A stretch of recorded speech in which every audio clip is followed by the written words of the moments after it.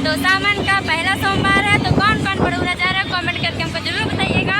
और हम लोग बहुत लोग हैं, मेरे फ्रेंड लोग हैं, और आप लोग बताइएगा ठीक आज मैं कैसी लग रही हूँ, ठीक है।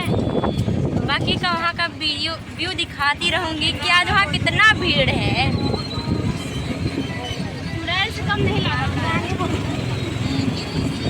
बताऊँ दोस्तों आप लोग को एक बात, ये जो है